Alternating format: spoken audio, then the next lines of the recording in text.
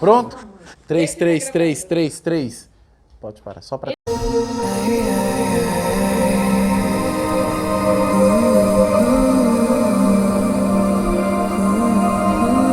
Para quem não se lembra, nós nos propusemos, por causa de recentemente termos passado por Pentecostes, nós nos propusemos a buscar um alinhamento, uma conjectura maior de entendimento, porque é algo extremamente importante. É algo extremamente importante que nós precisamos viver e que não pode simplesmente passar porque é uma festa ou é uma... como que eu vou dizer? É uma locação, aconteceu lá e tá. Que é algo que nós estamos acostumados a fazer. É Pentecostes e tal. Não pode. Então nós nos propusemos a passar um tempinho construindo um entendimento, um embasamento, para que nós, a partir disso, uma vez alocado esse entendimento, vocês tenham compreensão e possam absorver o máximo das coisas que serão vistas e praticadas nesse ministério.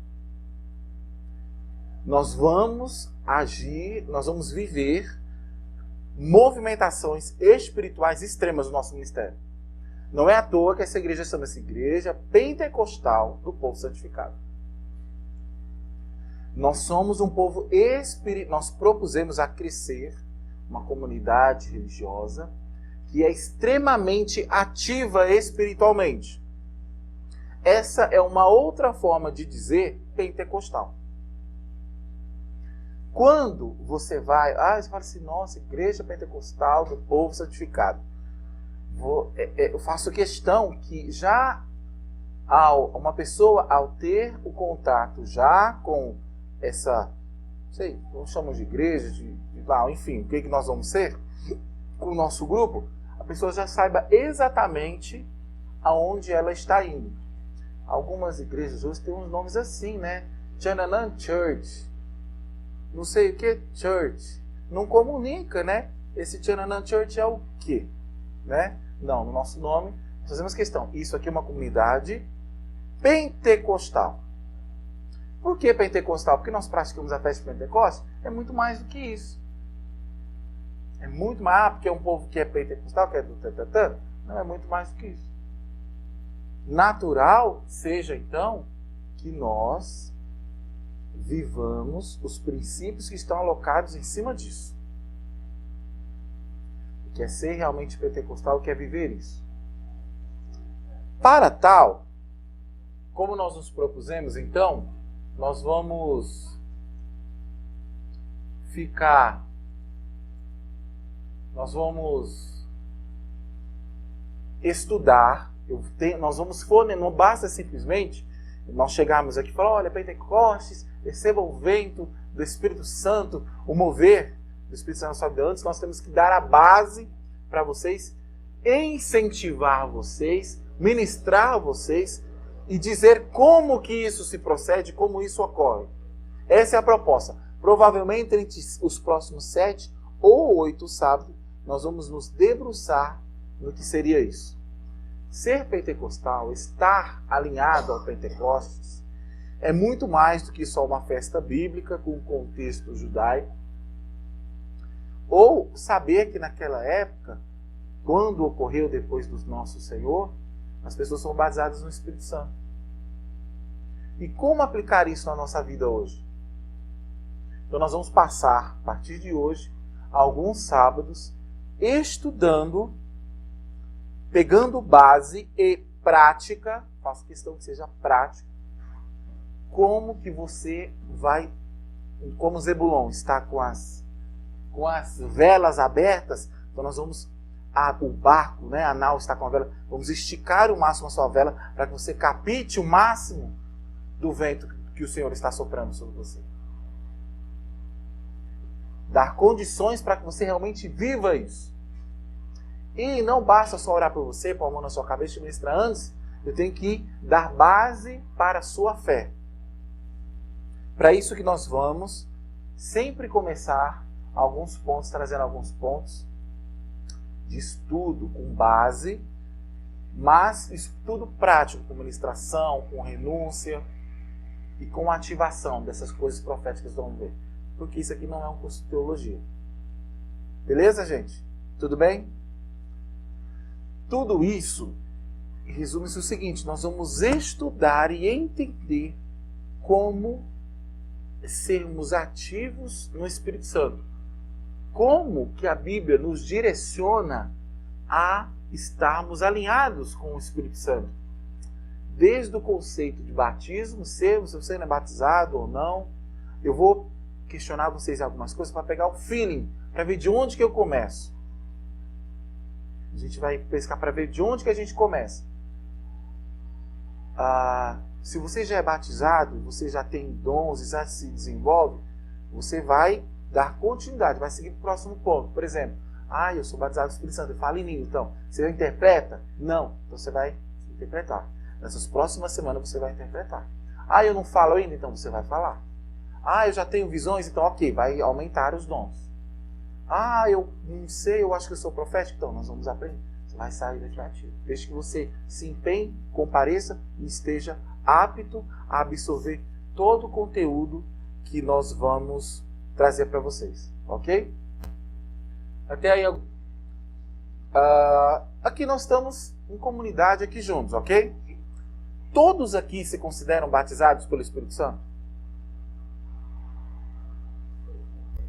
Vocês dois, os senhores, então, Dona Eva e o senhor, associam o batismo com o Espírito Santo a falar em línguas?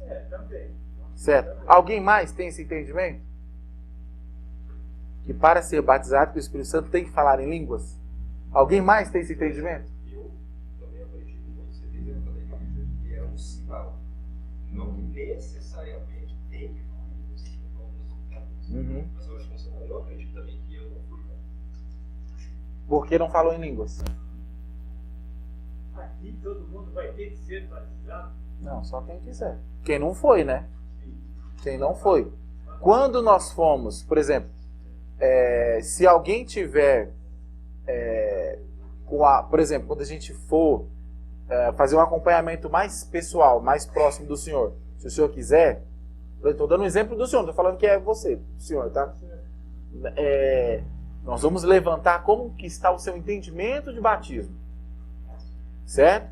Aí, se houver a necessidade, nós trazemos, porque se você já fez o ato físico, o rito, então tá só falta, se for o caso, talvez esteja só faltando o entendimento, o embasamento para você exercer a fé naquilo que você já cumpriu.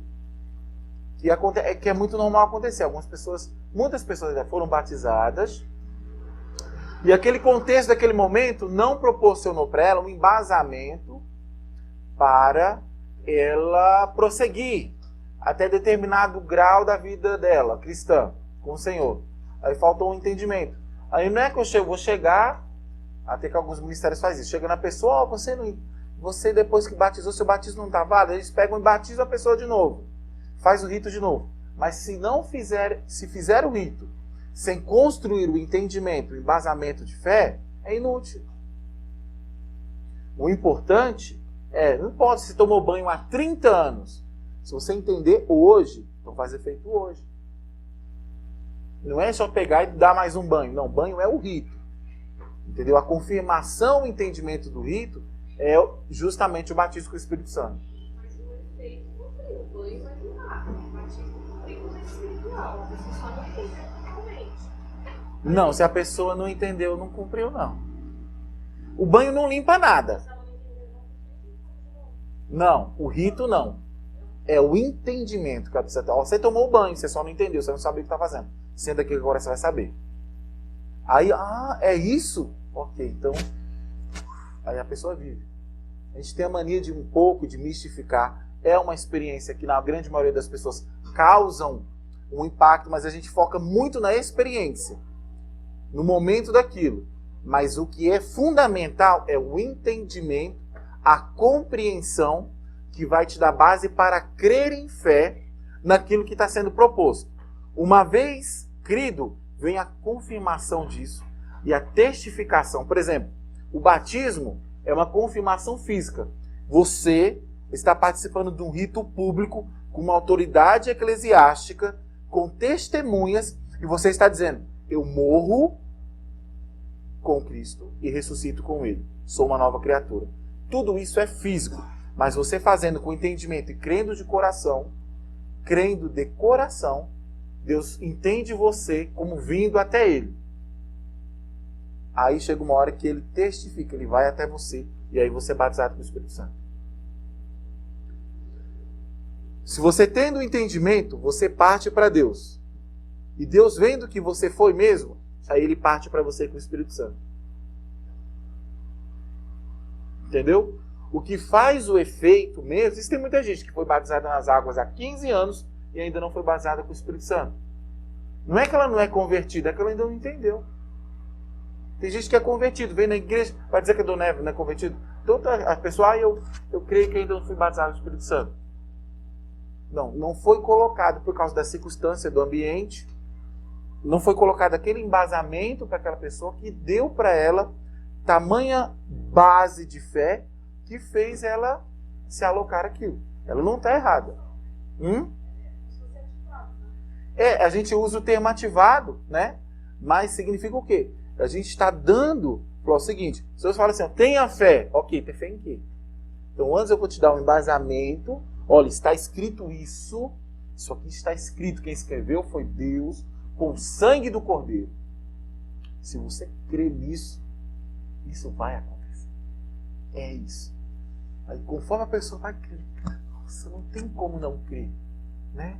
Eu te provo que esse texto é real, que foi isso mesmo, que aquilo foi escrito, é comprovação histórica. O que você quer? Você quer comprovação arqueológica, que é histórica? O que você quer? Fundamentação científica? A gente dá tudo isso para você esclarecer a sua mente, seu entendimento. Uma vez cumprido isso, agora, filho, você precisa crer. Creu? É igual o centurião. Pedro falando com ele não tinha sido batizado ainda, por isso que o batismo não limpa nada. O rito do batismo nas águas é extremamente importante. Mas se você creu, já pode passar direto. Você é baseado no Espírito Santo antes. O centurião, ele já cria, falou, traga um homem aqui, que eu quero esse negócio aí. E aí Pedro foi, enquanto Pedro explicava para ele, quando veio na consciência dele quem era Jesus, o Messias, ele foi baseado no Espírito Santo na hora. Nós vamos ver esse trecho, analisar esse contexto. E aí o apóstolo falou, posso negar água, ou seja, o batismo na água, para aqueles que já receberam o Espírito Santo? Eu fui batizado no Espírito Santo antes de ser batizado nas águas. Por quê? Porque é a confissão, tudo, desde a antiga aliança. Desde Moisés, quem vai ser o povo dos filhos de Israel? Você tinha que confessar com seus lábios que você cria naquilo. Eu creio, desde o começo, gente, a Bíblia não mudou nada, Deus não mudou desde o começo até o final. Eu creio, confesso com meus lábios, em público com testemunhas, que eu vivo e pratico isso. É o que está na palavra. Eu creio que essa é a aliança, que esse é o cumprimento. Acabou. Crendo, você já está dentro. O Espírito Santo vem. Não é... Existem alguns casos de pessoas que têm um contexto de vida que causa alguns travamentos, alguns traumas, que a gente tem que dar uma ajustada, isso é facilmente detectado. Mas a grande maioria mesmo... E eu não estou falando que os outros lugares são errados e que aqui eu sou bonitão e gostosão. Não, é o contexto. Tem pessoas que vieram de congregações, de igrejas, tem histórico, que a liderança não tinha essa visão, esse despertamento para isso. Ou não era o time ainda. Não era o tempo ainda. Então, cada um tem o seu contexto. A questão é que nós estamos aqui juntos e a proposta da Igreja Pentecostal do Povo Santificado é o quê? Já é batizado no Espírito Santo? Já vive uma dinâmica? Ok. Tem mais, não tem? Acabamos de cantar. Eu sei que tem mais. Você já tem esse dom? Ok. Então vamos mais. Vamos desenvolver mais. Mais. Porque a gente já sabe tudo que tem sido dito, tudo que o Senhor vai fazer por nós e o que Ele demanda de nós. Certo? Mas como nós temos visto na quarta-feira de oração, não tem como nós recebermos o mover de Deus na nossa vida e nós não movermos espiritualmente. Mover espiritualmente é entender o mover do Espírito Santo e estar ali, né? Você ora, muito bem, tem que orar em línguas também. O Espírito Santo te ajuda orando por você, você é edificado. As interpretações viram profecias, viram revelações. Deus começa a ficar mais próximo de você. Aí a sua sensibilidade espiritual começa a ficar mais aguçada. Você consegue sentir com mais facilidade a presença de Deus. Você começa a ver o reino espiritual com mais facilidade. Tudo com propósito. Tudo com propósito. Por isso que precisa estar nesse ambiente com ordem e com propósito. Não é para curiosidade, é para a evolução e amadurecimento da vida espiritual dentro do contexto da sua religião, no nosso caso é o cristianismo. É tudo com princípio, com inteligência, com planejamento. Deus não vai pôr você o Espírito Santo, que legal. Que legal. Tem o Espírito Santo, queria tanto falar em língua. Olha como eu falo língua legalzinho. Não. Tudo é com um propósito específico. Quanto mais você se mover, é o que nós temos visto na quarta-feira, lá em Atos, capítulo 2, a partir do verso 41, e também no 3 também. Você se move pelo Espírito Santo, né? E aí as coisas vão acontecendo, ó, com você e aos que estão ao seu redor. Fala, Vitor.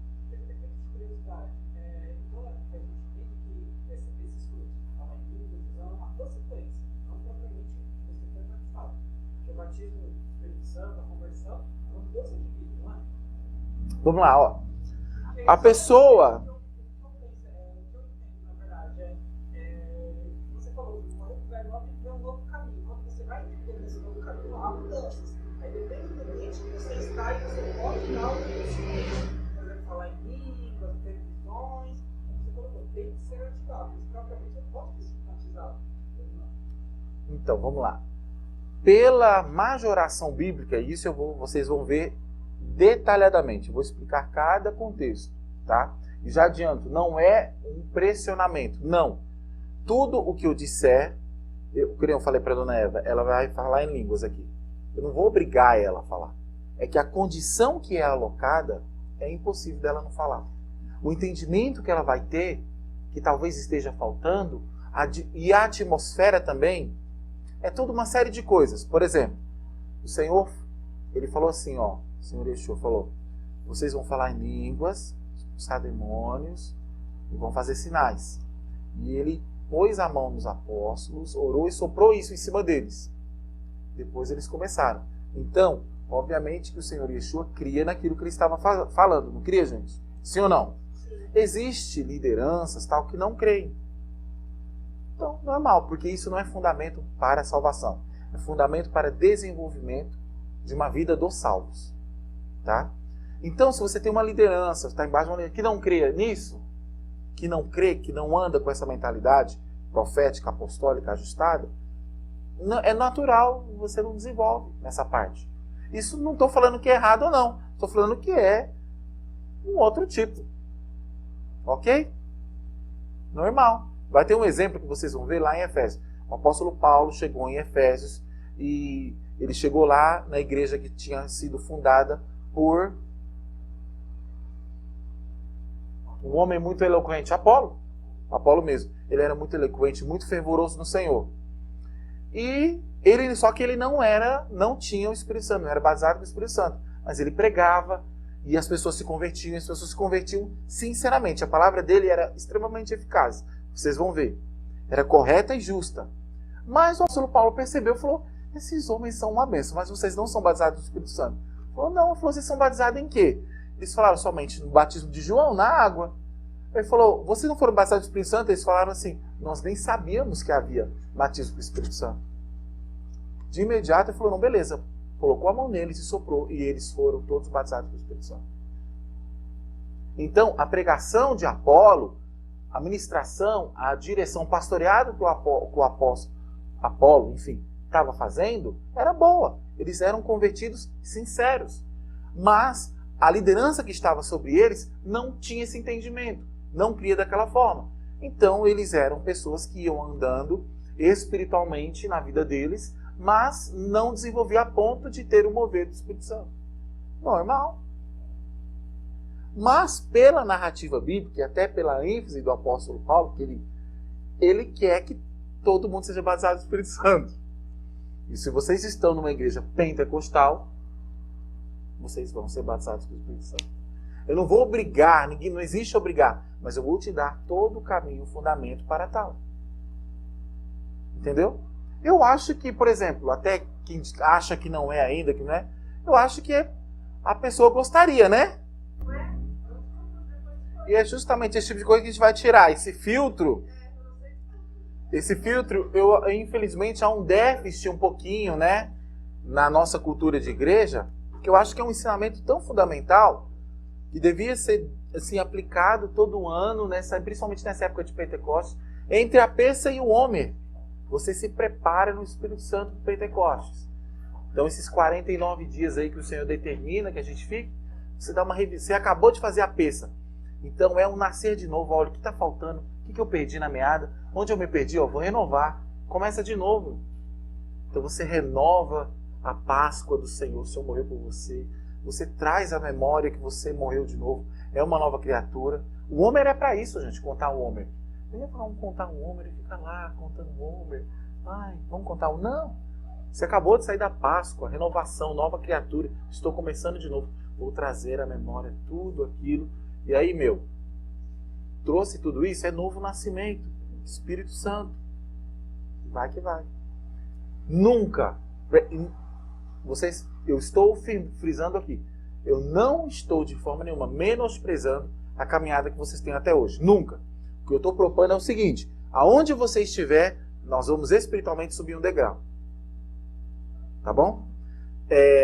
Você deixa o odre antigo, não necessariamente porque ele é ruim, mas é que você quer um vinho novo, então você vai ter que ter o odre novo. Nós, inclusive, deixamos coisas boas para trás para viver coisas melhores. Esse é o caminho. Então, nunca nós estamos aqui desmerecendo a vivência espiritual de vocês. Não. Só estamos te propondo. Onde você está espiritualmente, nós temos que ir indo. Ok? Tudo bem? Ok. Então, só uma pergunta assim. Quem fala em línguas tem muita intimidade, tem mais intimidade com Deus do Espírito Santo? Não. Não é assim. Quem fala em línguas sabe mais do que os outros? Não. Ou pode mais? Tem algum poder a mais? Não. Quem fala em línguas teve um pouco mais de fé nessa parte da palavra de que o que ainda não fala. Por quê? A fé vem pelo quê, gente? Vem pelo ouvir a palavra. Entendeu? Então, talvez quem não falou, não ainda, ou estava embaixo de uma liderança que não cria nisso, então ela não ia ser instruída e ministrada nisso, ok? Não ia construir um ambiente de fé na cabeça da pessoa com o entendimento a ponto dela começar a falar em línguas. Não ia. Ok? Ou ela não se aplicou, ou o contexto não teve aquele ensinamento, não focou naquilo, tem N razões. Mas fé, todo mundo sabe que tem pessoas que têm fé mais do que outras, isso é normal. E dons é uma diversidade, ok? Agora, você abrindo, você está no ambiente que tem isso, ok? Estou entrando numa igreja pentecostal, ok? E ela vai te fornecer a base para construir a sua fé nisso, é impossível você não falar, ok? Só concluindo até, batismo com o Espírito Santo não é sinal que você já está todo liberto, tá? Não é. Batismo com o Espírito Santo, ter dons do Espírito Santo, não mostra que você está mais limpo do que as outras pessoas, mais santificado do que as outras pessoas. Não. Mostra que você, nesse aspecto, já teve uma fé arraigada que fez você já passar pelo batismo e começar a interagir com os dons do Espírito Santo. Isso. Não significa que você é salvo e os outros não são. Não. Você continua na mesma. Aliás, a pessoa que já fala em línguas, tem algum outro dom, já foi baseado no Espírito Santo, ela é mais cobrada. Quanto mais é dado, mais é cobrado. Ok? Eu estou entendendo que hoje precisa ser restaurada a fé dentro da igreja. Porque tudo que Yeshua fez, ele olhava. e ele falava segundo a sua fé. Havia pessoas que falavam se o Senhor der ordem, outras falavam se eu tocar, outras se o Senhor me tocar. De várias formas, o Senhor executou um milagre na igreja. E a fé da gente, para ter o Espírito Santo, por exemplo, ter o dom, não só de falar em línguas, mas, por exemplo, orar por uma pessoa. Hoje, eu orar por uma pessoa paralítica e ela andar, não basta também somente a minha fé. É, o da Espírito pessoa. que está em mim, mas também o que está na pessoa dela crê que ela pode ser curada, não é? Então, os dons do Espírito Santo que está em nós, a nossa fé e a fé da congregação precisa também de ser trabalhada. Porque nós, aqui, as palavras proféticas que Deus já tem dado pra gente, que nós vamos viver pela fé esse ano, sabe? Nós temos que não olhar para as circunstâncias ao nosso redor, não olhar para as notícias, não olhar tudo, olhar para o que o Senhor tem dito pra gente. Só que eu não posso simplesmente falar assim para você, creia, tenha fé, se eu não te dar o substrato, a substância e a base dessa fé. Tudo demanda fé. Fé aonde? Na palavra de Deus. Se nós não tivermos uma base mínima, Deus não consegue operar. Teve cidades que o Senhor Yeshua entrou e fez pouquíssimos milagres. O próprio Yeshua fez pouquíssimos milagres porque não creram. Não creram. Então a fé é fundamental. E não tem jeito de ter fé se não ouvir. Ouvir, nesse contexto, gente, é entender. Não adianta ouvir, né? O Filipe, quando encontrou o eunuco, né? Ele estava lendo o rolo de Isaías, né? Falou, você entende o que você lê? Ele falou, como se ninguém me explica? Isso é papel da igreja. Papel da igreja. Por mais chato que pareça, não é chato. Vai tirar tantas dúvidas, vai... é isso aqui? É. Eu prometi até para a Priscila que eu ia explicar o porquê que nós estamos tão afinco nisso. Por isso que eu quero que vocês olhem esse vídeo. Esse movimento, esse circuito completo aqui, leva quanto tempo? Que é 1 ano, ok? E essa voltinha, que é o de rotação, essa voltinha da Lua ao redor da Terra é 24 horas. 24 horas. Ok? E a Terra ao redor dela, a Terra está girando por ela mesma, a Lua girando ao redor dela e ela girando em torno do Sol. Ok? Beleza? Ok, gente? Vamos lá. Então, esse circuito aqui inteiro, quando abrir a imagem de novo, vocês vão ver que os outros planetas também fazem, ok? Bem fácil. Uns mais devagar, né? Mas o sistema solar, todos eles, estão vendo? Tá vendo? Consegue visualizar? Então você vê, ó, Vênus também se movimentando. Quanto mais próximo, mais rápido é o movimento, né? Saem do circuito. Eles sempre a mesma velocidade e na mesma... O porquê disso? É a gravidade, ok? A gravidade, ela faz com que os planetas estejam em movimento alinhado, num circuito ajustado, mantendo-se exatamente no mesmo lugar. Ok? Aliás, no lugar necessário. A força gravitacional exercida da Terra para a Lua ou da Lua para a Terra mantém eles alinhados nesse eixo. A mesma coisa acontece com os outros planetas em relação ao Sol. Ok? A força gravitacional que mantém-os em pé. Vocês sabiam que se a Terra estivesse 1 milímetro mais para cá, toda a força gravitacional seria desajustada e a gente não conseguiria nem viver. Ela está no lugar do universo exatamente colocado ali, onde a força gravitacional é exercida tanto para cá quanto para cá, para cá e para cá, que permite que ela esteja naquele lugar. Não existe um outro posicionamento no universo que proporcionaria a Terra estar nesse ajustamento, nesse movimento, ok? A mesma coisa com a Lua e com os outros planetas, ok? Se Deus, por acaso, assim, tropeçasse, tirasse tudo isso, alguma coisinha do sistema do local, tudo seria destruído. A vida na Terra não seria possível. Ok? Vocês sabem qual a probabilidade matemática disso ser um fruto do acaso?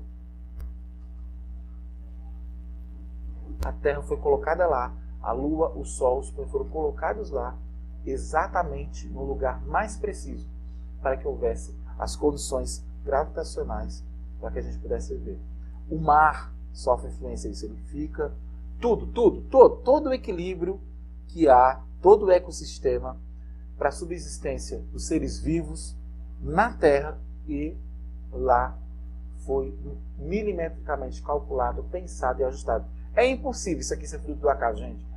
Se você coloca isso em números, em matemática, não existe razão para acreditar. Você tem que ter mais fé em acreditar que isso é fundo do acaso do que acreditar que veio o design inteligente. Isso chama-se a teoria do design inteligente. Isso aqui já prova que não é teoria, mas eles chamam de teoria.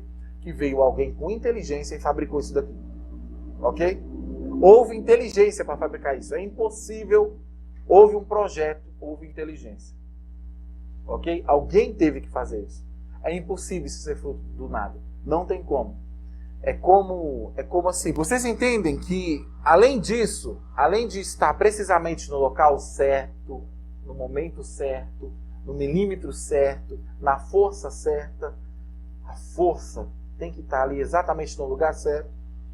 Você entende que tem que ter uma lógica. Por exemplo, uma lógica na construção disso.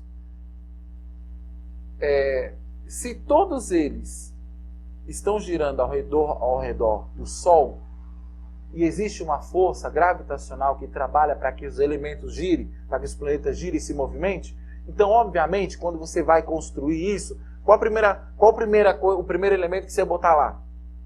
O Sol. Porque se tudo gira ao redor do Sol, então primeiro você põe o Sol, para depois você colocar os elementos que giram ao redor dele, ok? Não, a lógica na construção. Vocês estão entendendo? A inteligência, a projeto. Consegue entender esse conceito? O que torna impossível ser fruto do acaso.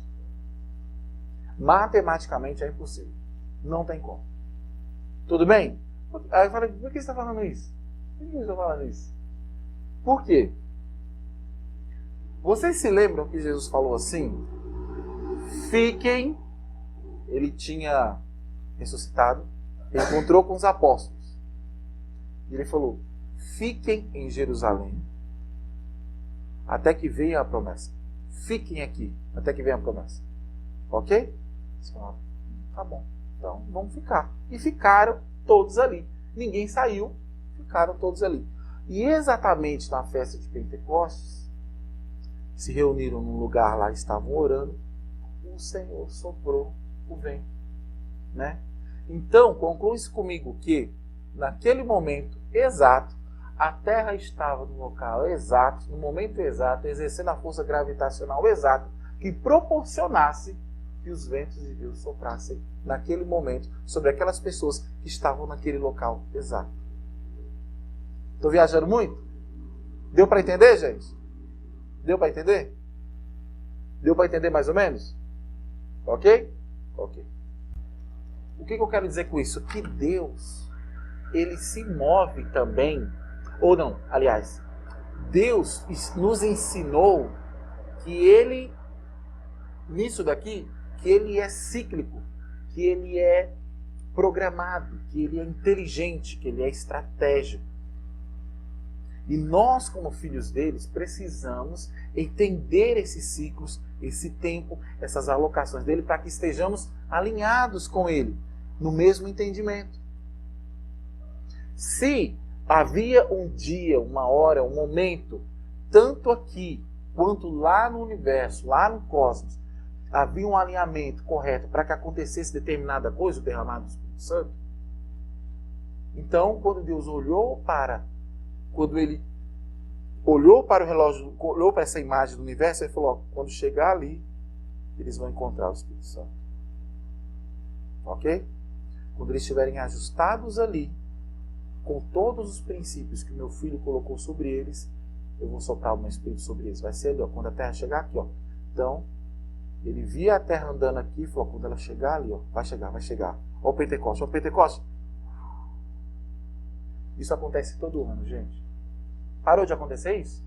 Não. Então isso acontece todo ano. Me dá a prova bíblica. Tá bom, te dá a prova bíblica. Que isso daqui, esse fundamento, ele está presente praticamente em toda a dinâmica espiritual que nós vamos exercer na nossa comunidade, igreja, chame o que você quiser, ok? Esse princípio vai sempre andar assim. Você viu que quando eu estava ministrando em Yom Teruah, a festa das trombetas, eu tive que trazer esse entendimento. Está escrito lá em Gênesis 1,14, né? Declarou Deus, haja luminares no firmamento do céu, a fim de separar o dia e a noite. Olha o que Deus falou. A gente às vezes lê, passa corrido. Está lá na narração de Gênesis, quando Deus estava criando os astros e os planetas, né? O Sol, a Lua e os demais planetas. Declarou Deus, haja luminares no firmamento do céu, a fim de separar o dia e a noite. E sirvam eles de sinais para definir as estações, dias e anos. Que sejam também luzeiros nos céus para iluminar toda a terra. E assim aconteceu. Deus fez os 2 grandes luzeiros, o maior para governar o dia, que é o sol, e o menor para regular o andamento da noite. A gente acabou de ver isso ilustrado lá. Então, resumindo muito, que um dia a gente ainda vai tirar para estudar só sobre isso, aqui é só uma introdução. Deus criou o sol, a lua, para nos ajudar a marcar o tempo. E os demais astros também. Ok? E aí Deus foi, conforme o homem foi evoluindo na sua caminhada, na narrativa bíblica, vai descrevendo como o homem começou a sua jornada de relacionamento com Deus. Em determinados momentos da sua jornada de relacionamento com Deus, Deus falou assim, é o seguinte, vocês vão começar a contar o ano a partir de tal dia, esse vai ser o primeiro mês, e no 14º dia desse primeiro mês, vocês vão fazer uma festa para mim. Depois dessa festa, vocês vão fazer uma outra, vocês vão contar X dias, e vocês vão fazer uma outra. Depois de tanto tempo, no 7º mês, vocês vão fazer uma outra. E depois de um outro mês, vocês vão fazer uma outra. Resumindo, Levítico capítulo 22, 23 e 24, que são as festas de Deus. As festas bíblicas. Agora, para tudo, que antes de evoluir nisso, eu vou trazer para vocês a minha percepção. O meu ministério que Deus me chamou é profético, ser profeta. Na minha função eclesiástica, eu me reconheço primeiramente, genuinamente, eu acredito que quando Deus me criou e me chamou, foi para ser profeta. Em segundo plano, mestre. Primeiro, então, eu tenho o ofício de exercer, eu tenho a obrigação de exercer no corpo de Cristo, eu sou útil para isso, eu estudei e treinei para tal, para ser profeta.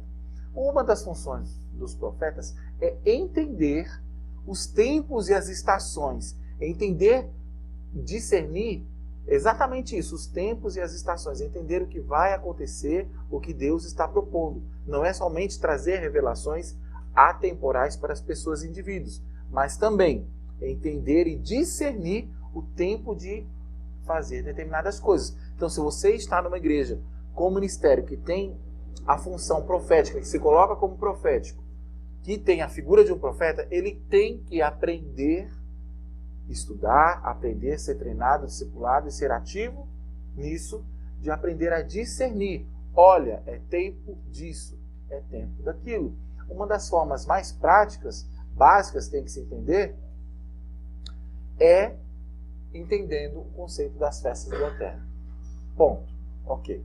Agora eu vou te explicar como eu vivo isso. O porquê que é necessário isso, que aí a ponta desse entendimento diz onde estamos hoje em Pentecostes. É a meu discernimento. Tá? Algumas pessoas, outros profetas ou apóstolos vão narrar isso com diferenças de épocas, mas a sinergia está a mesma. Tá? Eu discerni que mais ou menos nos anos... Vamos lá.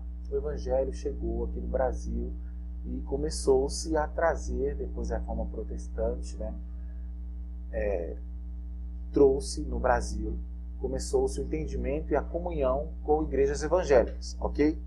A partir só dos anos 90, que começou-se a despertar os ministérios. Antes você tinha só a figura pastoral, os cargos eclesiásticos gerais e os evangelísticos. A igreja, sim, já tinha a igreja pentecostal no Brasil, né?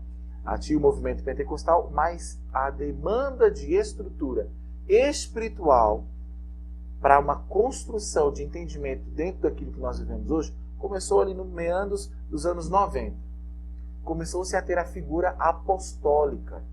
E vocês sabem, começaram a ter igrejas com figuras apostólicas, né? Olha, tem um apóstolo ali na igreja, tal. O apóstolo é sempre o dianteiro, é sempre o primeiro a vir. Ele traz, né? Ele abre o ministério, ele traz o entendimento de um trabalho. Ok. Virando para o ano 2000, os apóstolos começaram a entender e trazer a necessidade, começou a orar e clamar por profetas. E a partir do ano 2000 começou-se a trazer luz também. Já havia, gente, pastor e evangelista. Se você pega a literatura cristã dos anos 80, até 94, 95, só focado em evangelismo, só focado em pastoreio e evangelismo. O foco da igreja era esse. O foco da igreja era esse. Anos 70, 80, 90, ganhar almas, evangelismo, sabe, buscar, amar almas e buscar onde é que está. Não havia foco apostólico, profético, não havia esse nível de atuação. Era a época dos pastores, depois dos evangelistas. Os evangelistas meio que passaram a bandeira para o apostolado. Foi os anos 90. Os apóstolos trouxeram a necessidade. Bom, a gente precisa, para a gente liderar, porque o apóstolo é o líder, para a gente liderar, a gente precisa saber o que Deus quer que a gente faça. Então eles olharam o exemplo bíblico. Davi só agia segundo o que Naum e anteriormente Samuel dizia. E os apóstolos, eles são no Antigo Testamento uma pré-figura dos reis do Antigo Testamento. Os apóstolos do Novo Testamento, a sombra deles eram os reis de Israel no Antigo Testamento. Então, por que o reinado de Saul deu errado? Porque ele não ouviu o profeta Samuel. Então, o líder da congregação, ele entendeu que precisamos ter alguém, pessoas que busquem os oráculos, que discernam o que é para nós fazermos agora.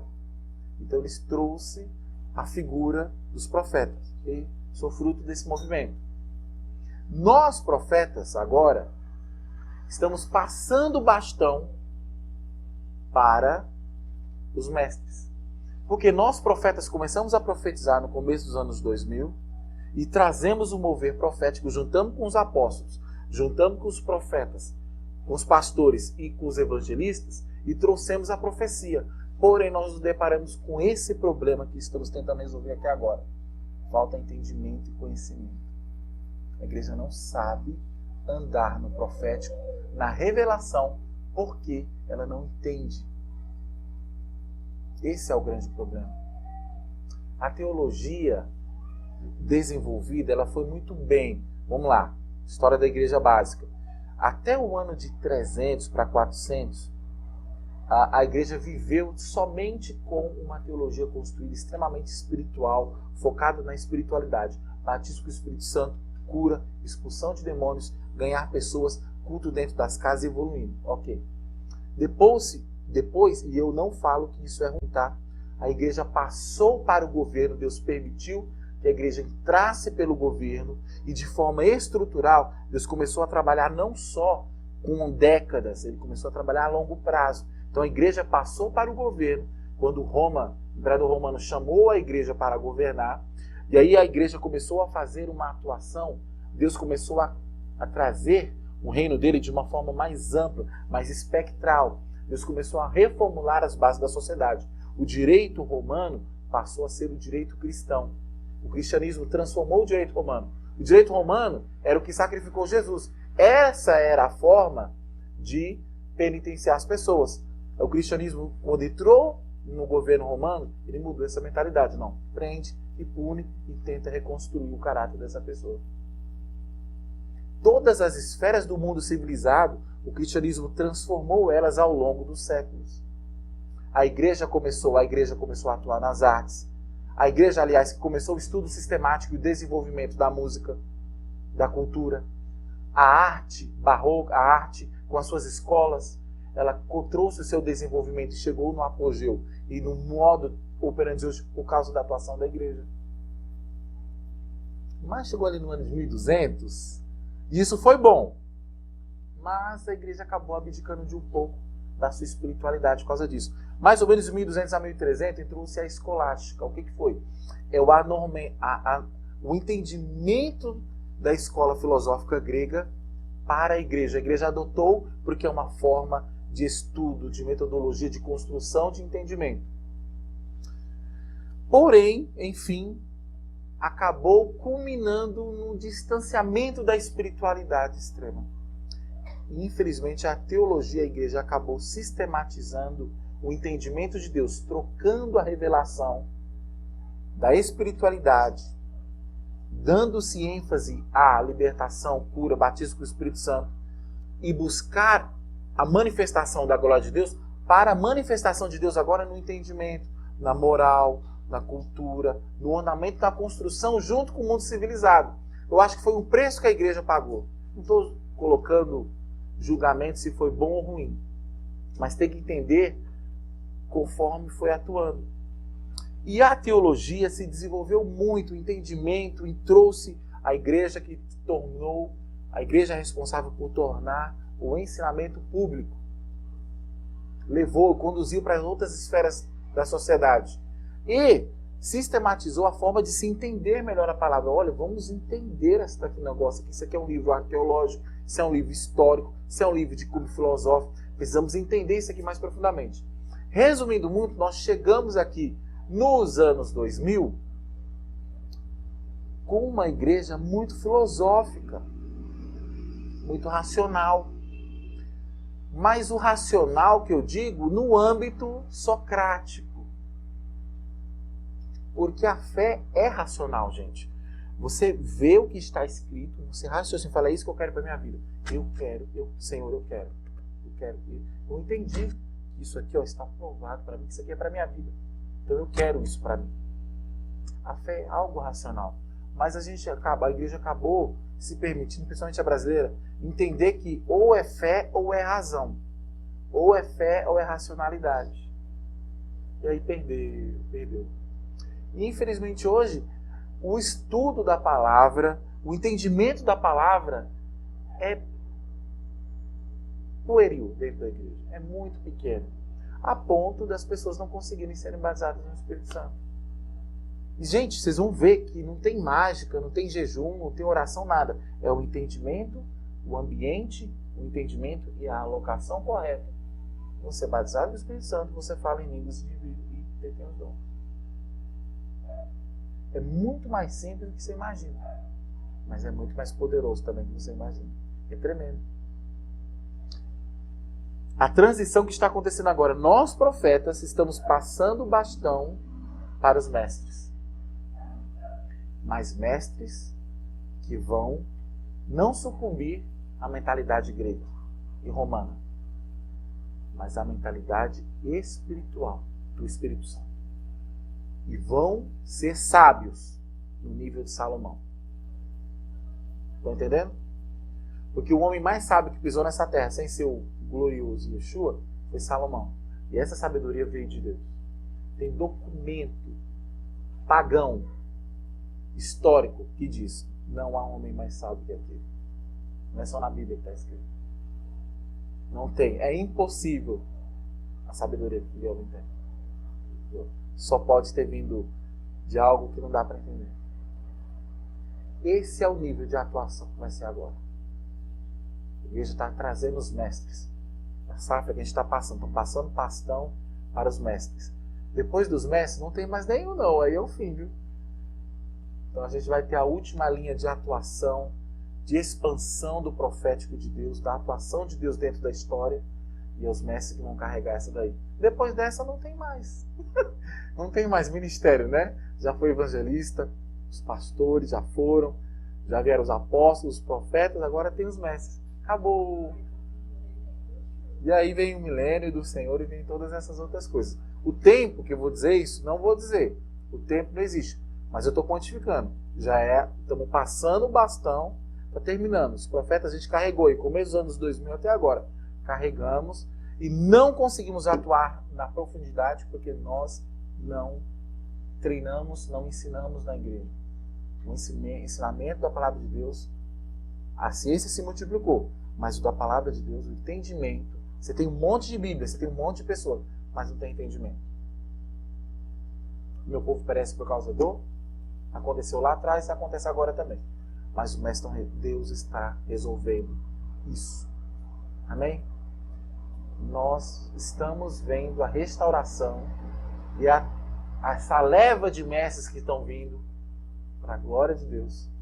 E as coisas vão ser claras. Falou, não, pessoas que não vão oscilar, não vão cair, têm inteligência, têm projeto e vão andar nesse mundo dando glória a Deus. E as pessoas vendo, olha, essa é uma pessoa de Deus. Porque a inteligência, ela está lá também. Fechou? O que isso tem a ver com a minha vida? O que isso tem a ver com isso aqui hoje? Por quê, gente? Essa capacidade de discernir os tempos e as estações é característica dos profetas. A tribo de Issacar era responsável por isso. O povo de Issacar era responsável por isso. Quando Israel precisava saber o que deveria fazer, qual é o tempo, qual é a estação de alguma coisa, eles iam lá nos Issacar. E eles discerniam o tempo. É tempo de fazer guerra, é tempo de plantar, é tempo de se esconder, é tempo de colheita. E um dos instrumentos que Deus deixou de forma mais clara para nós, mais tangível, foi quando Ele estabeleceu as festas. Chegando aqui em nós, quando chegou lá no 2013, 2011, veio para nós, profetas e apóstolos, a direção de abandonarmos a cabeça grega de entendimento teológico, que só foca no Novo Testamento, e começar a olhar para o Antigo Testamento. Para quê? Para começarmos a entender os conceitos básicos de demarcação de tempos e ciclos na nossa vida, para que eu e você saibamos construir os projetos de Deus da nossa vida alinhados com Ele. Não adianta você estar pilhadão para fazer uma coisa, mas não é o tempo. Deus está falando, não é o tempo, vai chegar a horinha, vai chegar a hora, mas ainda não. Está na hora de você arrumar essa parte aqui, ó. Eu preciso te dar uma base aqui primeiro, para você construir. Por exemplo, vamos falar aqui. Quantos de nós não casou na hora errada? A gente olha assim, olha, se eu soubesse, eu não tinha casado. Amor, eu casei na hora certa. Casei na hora certa. Glória a Deus. Mas, se eu tivesse pleno entendimento, eu teria me preparado melhor. Teria construído, ajustado o déficit em mim atrás. Que só veio quando eu fui casado. Ela pagou o preço, tadinho. Entendeu? Se a gente tivesse o entendimento, é o tempo disso mesmo? Não é. Porque quando a gente se defronta com Deus, a gente fala muito assim. Você quer fazer? Ah, você quer casar? Beleza, tá no tempo. Tá no... Senta aqui, vamos sentar, vamos discernir. A maioria das pessoas não querem ser discernidas, mas normal. Ovelhinha, vou discernir você. Ah, nós que não estamos namorando, quero casar. Ok. Beleza, o que você tem para casar? Quero casar. Tá, tudo bem, o que você tem? Aí vamos separar o homem e a menina e o menino. Senta com o menino. Filhão, o que você tem aí? Isso aqui, Joe. Ah, eu tenho um carrinho já. Oh, legal. Então, você vai pôr a mulher para dormir e ver no carrinho? Ah, tá. Então, já estudou, tem uma formação. Aí, a gente não vai chegar assim. É que, às vezes, assusta. Porque fala, não, eu não vou nele porque ele com certeza vai falar que eu não estou no tempo de casar. Vai falar, não. A gente vai trazer os ajustes que vão ser feitos. Vocês têm fé para esperar e fazer esses ajustes antes? Ou conseguem fazer esse ajuste com o carro andando? Eu fiz muitos ajustes na minha vida de casamento depois que eu casei. Eu troquei o pneu com o carro andando. A gente estava com muita vontade de casar, né, amor? Então, a gente projetou. Falou, filha, falei assim para ela, filha, eu ainda não tenho formação completa, ainda, mas eu sou trabalhador, você me conhece, e eu te dou minha palavra que eu vou me empenhar, eu vou me formar e eu vou crescer na vida. Se você confiar nessa palavra, vem comigo. Ela confiou. Me apoiou e me ajudou. Projeto, plano. É isso que a gente vai exigir quando vai vir um casal, né, pretendido. Então, filho, às vezes a pessoa tem medo de falar. A gente fala, não, filho, você não está pronto ainda, ok? Mas não acabou aqui. A gente não pode chegar assim e falar para alguém, você não está pronto para tal coisa. E simplesmente levanta e vai embora. Não, você não está pronto ainda. Mas nós vamos te dar condições de você estar apto. Vocês discernam e façam a escolha de vocês. Vocês acham que dá para ir assim? Beleza, então vamos discernir com inteligência? Se vocês casarem assim, vocês ainda talvez não tenham uma casa, não tenham uma formação, vocês vão ter que correr atrás disso, ter que correr atrás daquilo, ter que correr daquilo aqui. Será que dá? Não sei. Então beleza, se não dá, esfria a barriga, esfria o corococô, e vocês vão ter que correr atrás de tudo isso solteiro. Vocês conseguem correr atrás de quanto tempo? 5, 6 anos. Então, daqui 5, 6 anos, a gente começa a projetar o casamento de vocês. Até lá, vocês vão correr atrás disso. Não, as pessoas têm muito medo disso, mas é é a verdade. Falou, não, é ainda. Ninguém está proibindo ninguém de fazer nada. Mas é escolher qual que é o seu caminho. Deus vai estar com você nos dois. Isso é andar debaixo da glória de Deus e da misericórdia de Deus.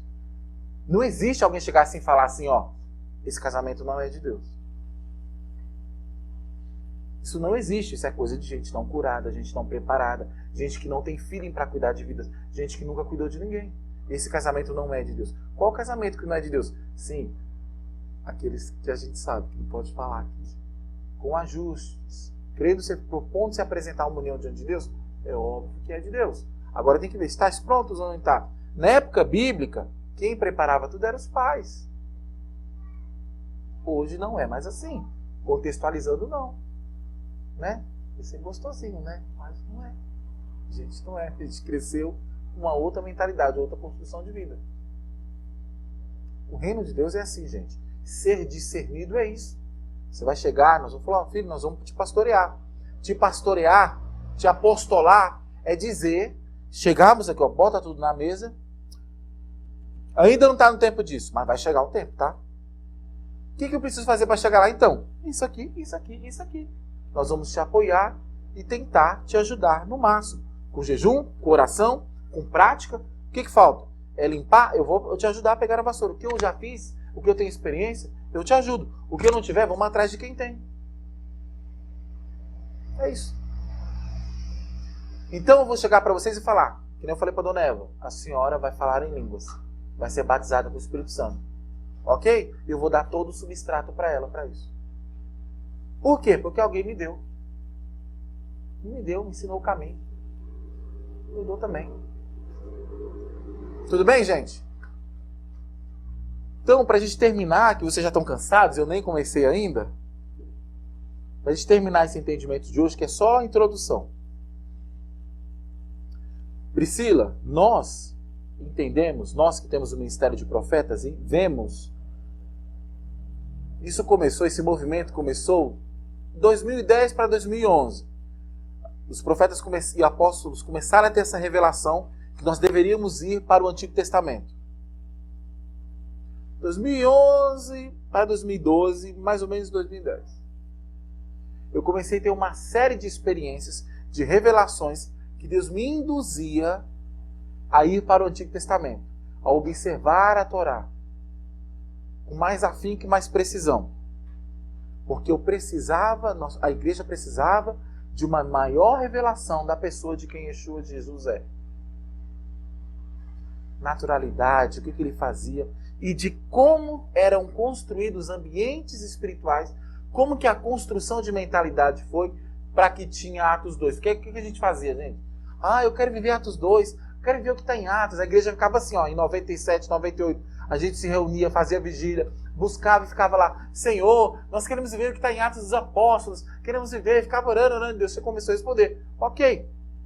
Entendam e vivam o que eles viveram. Eles não tinham Atos dos Apóstolos escrito e eles não tinham o Novo Testamento escrito, eles só tinham a Torá. Tá. Ok, então vamos, vai para lá. Tira essa sistematização grega, essa teologia, infelizmente, que está danificada, de só focar no Novo Testamento e vai para o Antigo. E isso começou. Então comecei a tentar buscar e a entender isso, e a mergulhar no ambiente, na cosmovisão, na revelação de Deus que havia no Antigo Testamento. E o que nós nos deparamos? Que Deus... Gente, já tinha batismo com o Espírito Santo no Antigo Testamento, já tinha dons de língua, já tinha dons de revelação, já tinha tudo isso no Antigo Testamento. Mas eles se moviam basicamente em ciclos. E foi a forma que Deus estabeleceu quando Ele criou todas as coisas, inclusive os astros. Tudo isso culmina para uma vida com ciclos, com planejamento, com começo, meio e fim, e repetição, para evolução. Então nós mergulhamos no Antigo Testamento e entendemos que nós precisamos olhar para as festas de Deus. Para a Páscoa, para o pães asmos, para as primícias, para o Pentecostes, para trombetas, para expiação e para tabernáculos. E que essas festas estão alocadas dentro daquele ciclo de 365 anos e cada uma delas traz para nós uma alocação, uma revelação que traz um alinhamento com o que está acontecendo no céu naquele momento. Então, se nós vivemos o que está acontecendo no céu naquele momento, há uma conjunção entre o céu e a terra. E aí você consegue viver exatamente o que Deus tem para você naquele momento. A gente começou a entender isso como portais. Começamos a entender isso como dimensões. Tempo de tal coisa ou estações. Por que eu estou falando tudo isso? Porque estamos na estação de Pentecostes. Nós já passamos, o ano começa, aí isso implica, Priscila, num calendário, que a gente chama de calendário bíblico. Com o tempo, vai ficando mais natural para você. A gente vai explicando isso massivamente, tá? Eu estou te explicando qual é a forma de entendimento espiritualizado que nós vivemos na nossa igreja. O porquê que a gente está com tanto afinco, com tanta busca embaixo disso, falando tanto de tribo, de Zebulon, de vento, de Pentecostes. O porquê da razão disso? Porque nós entendemos que acabamos de passar por Pentecostes e Pentecostes traz essa atmosfera mais propícia. Porque é necessário, nessa época do ano, que nós estejamos alocados, vivendo o tempo de Pentecostes. Na verdade, que a gente já está atrasado. Mas a gente tem um bom tempo até Yom Teruah, até trombetas. Tem um bom tempo. Então a gente vai correr atrás do prejuízo. Tudo bem? Resumi muito, mas para você entender a nossa mentalidade. O porquê que a gente está falando tanto. Porque a tribo, que tribo? Então existe uma forma de se contar o tempo que Deus ensinou lá no Antigo Testamento, que é o calendário bíblico e não o judeu. O judaico é outro, não é judaico. As festas que estão na Bíblia, as festas bíblicas, não as judaicas, as bíblicas. E a forma de se contar esse tempo é dos astros, como está lá em Gênesis, no capítulo 1, a partir do verso 14. Observando a movimentação dos astros. Conta-se o tempo. E de tempos em tempos você para alocações espirituais, entendimentos, estações específicas de Deus atuar. Depois dessas, das festas, tem dentro delas e outras, além delas, muitas outras. Mas essa é a base. Essa é a base. Entendeu? Então tudo isso aqui, desde o começo, foi para explicar o porquê que nós estamos falando tanto de vento, de Pentecostes, do Espírito Santo. Inclusive, vamos, a partir de hoje, trazer engajamento, embasamento para a sua fé, para que você entre numa dimensão maior de atuação do Espírito Santo na sua vida. Entender o vento e que ele possa arraigar todas as áreas da sua vida. Ok? Para tudo isso acontecer, embasamento na palavra. E tudo que for ensinado aqui, tudo que for colocado, nós vamos praticar e viver. Tá bom? Eu não vou ficar aqui 2 horas falando. Você assim, nossa, bagulho chato. Não. Nós vamos ministrar, ativar e viver. Tudo bem? Ok? Essa foi a introdução, a primeira de hoje. Eu sei que foi chato, mas é necessária para que vocês entendam o que nós vamos fazer nos próximos sábados. Ok, gente? Tudo bem? Feche os olhos de vocês que eu vou orar. Nós vamos orar. A Bíblia diz, lá em Eclesiastes, que há tempo para tudo. Tempo de plantar, tempo de colher, tempo de sair, tempo de voltar. Há tempo de guardar, há tempo de buscar. Há tempo de todas as coisas. E nós precisamos, Senhor, na Tua presença, aprendermos mesmo, no tempo certo, saber qual passo que nós temos que dar, Senhor. Entender os tempos, as estações e as propostas que o Senhor tem para nós. Inclusive essa, Senhor, que é de receber os ventos soprando sobre as velas da nossa vida, da nossa nau, do nosso barco, nossa caravela, que está apontando para a tribo de Zebulon, Senhor. E nós queremos viver essa unção, queremos viver aquilo que foi decretado lá em Deuteronômio e lá em Gênesis, Senhor. Porque o sangue do Cordeiro nos deu o direito de viver essas coisas. Senhor, andar nos teus tempos, nas tuas estações corretas, vai demandar uma maturidade nossa para nós sabermos a medida certa, o tempo certo e o que é necessário de fazer, de ajustar em nossas vidas, Senhor. Então te peço essa misericórdia sobre nós agora. Essa unção sobre as nossas vidas agora, Deus. Ajuda-nos, Senhor, por misericórdia, a cuidarmos bem da nossa vida, porque foi o maior bem que o Senhor fez para nós, dar a nossa vida.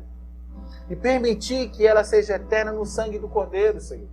Então nós precisamos, Senhor, cuidar bem dela.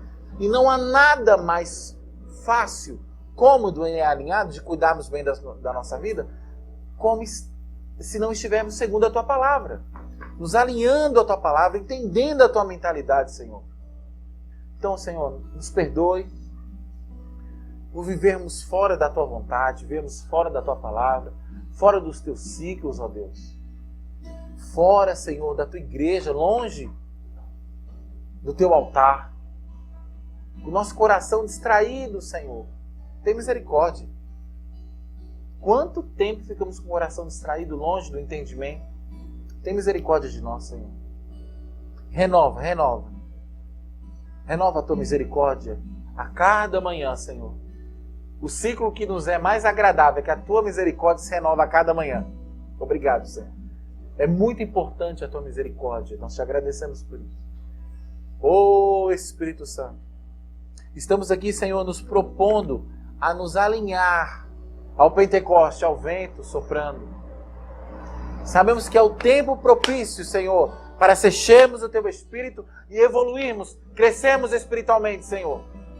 Então, no nome poderoso de Jesus, sopra sobre a vida de cada um dos Teus filhos e filhas que estão aqui agora. Sopra sobre eles, sopra sobre os filhos deles, Senhor. Os filhos, os maridos, as esposas, os pais. Tudo que o Senhor tem prometido, Senhor, sopra.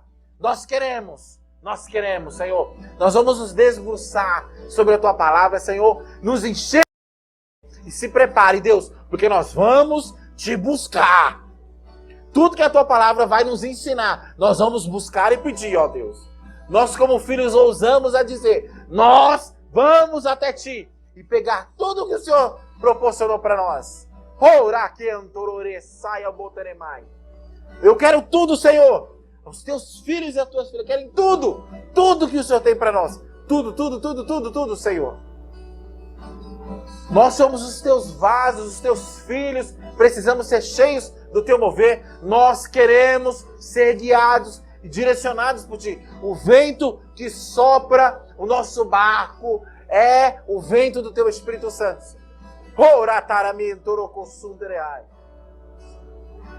Revela, revela, revela, revela, isso mesmo. O Senhor tem me mostrado aqui, ó.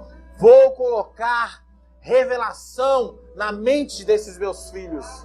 Há uma dimensão de revelação de quem Deus é. Deus vai se revelar para você nesses dias de uma forma brilhante que Ele nunca fez antes. Você vai saber quem é o Eterno a qual você serve. Você vai ver a glória do Senhor na tua vida. É a palavra de Deus. É impossível que você não viva, porque ela é viva e eficaz. Os céus, o fundamento, a terra, tudo foi criado com o poder desta palavra. Então é impossível ela não se cumprir na tua vida. Você vai viver o que os ventos que sopram na caravela de Zebulon, todo vento favorável do Senhor vai soprar nas suas velas. Issem as suas velas. Abram as velas para captar o máximo de vento que o Senhor tem para você. O Senhor vai soprar sobre a sua dificuldade. Você vai passar sobre essa dificuldade. O Senhor vai te empurrar. Se lhe faltam forças, o vento do Senhor levanta os teus braços e te diz: você é forte. O vento do Senhor sobre as suas pernas e declara: você vai continuar caminhando. Se lhe falta saúde, o vento do Senhor vai soprar, assim como soprou nas narinas daquele boneco de barro que depois nós chamamos de Adão. Ou assim como o Senhor soprou o fôlego de vida nas narinas dele, Ele vai soprar o fôlego de vida na sua. No nome poderoso de Yeshua. No nome poderoso de Yeshua. No nome poderoso de Yeshua. Se aposse dessa palavra. Se aposse desse Espírito. Se aposse desse vento. Esse é o verdadeiro Pentecostes da tua vida.